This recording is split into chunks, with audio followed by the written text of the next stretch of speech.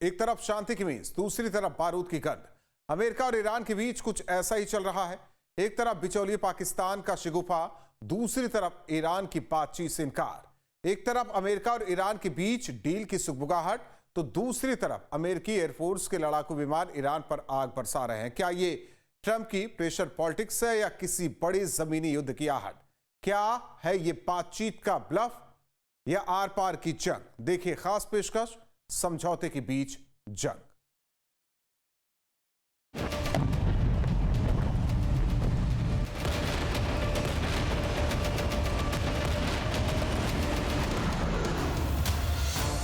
एक तरफ बारूद बरस रहा, दूसरी तरफ डील खेली जा रही।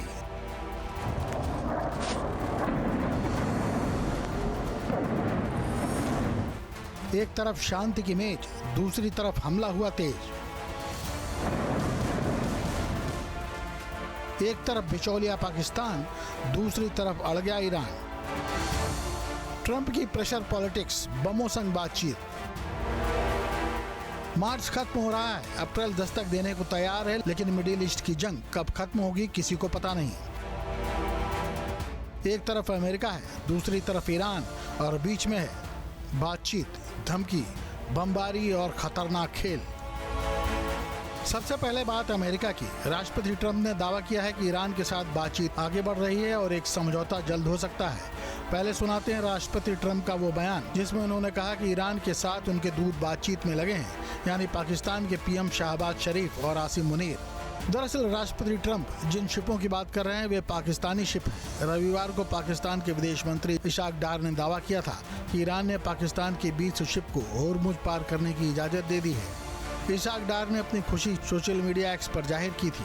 उसके बाद राष्ट्रपति ट्रंप ने इशाक डार के उस पोस्ट को ट्रूथ सोशल पर रिपोस्ट भी किया और अब वे उन शिपों को ईरान का तोहफा बता रहे हैं। लेकिन राष्ट्रपति ट्रंप सिर्फ ईरान की तारीफ नहीं कर रहे, वे धमकी भी दे रहे हैं।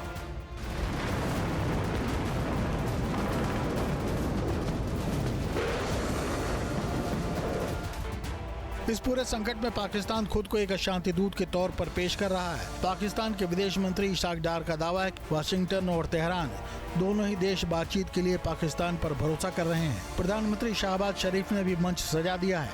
उनका कहना है कि पाकिस्तान दोनों महाशक्तियों को मेज पर लाने के लिए सकारात्मक भूमिका निभाने को तैयार है। कूटनीतिक गलियारों में चर्चा है कि क्या पाकिस्तान सिर्फ ब्लफ कर रहा है, क्या वो अपनी लड़खड़ाती इकोनॉमी और अंतर्राष्ट्रीय साख को बचाने के लिए इस महासंकट का इस्तेमाल कर रहा है। क्योंकि एक तरफ पाकिस्तान बातचीत की बात करता है तो ट्रंप की एयरफोर्स की कार्रवाई रुकने का नाम नहीं ले रही। इसका अंदाजा ट्रंप के इस बयान से लगाया जा सकता है। उन्होंने ट्रूथ स्पेशल पर लिखा, ईरान के लिए आज बड़ा दिन रहा। हमारी महान सेना जो दुनिया की सबसे बेहतरीन और सबसे घातक है, उसने लंबे समय से निशाने पर रहे कई ठिकानों को खत्म कर दिया और पूरी तरह नष्ट कर दिया है। ईरान को भी अच्छी तरह से मालूम है कि ट्रंप के शागिर्द शहबाज शरीफ और आसिम मुनीर उनके साथ ब्लफ कर रहे हैं। इसीलिए ईरान के स्पीकर मोहम्मद बागेर गलीबफ ने ट्रंप के दावों की हवा निकाल दी। उनका कहना है कि बातचीत सही दिशा में आगे नहीं बढ़ रही है।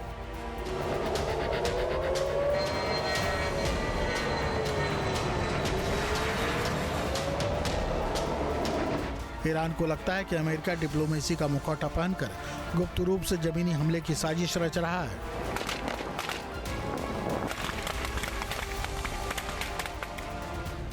अमेरिकी रणनीतिकार इलियट अब्राम्स का मानना है कि ट्रंप की ये रणनीति जोखिम भरी जरूर है लेकिन कारगर है।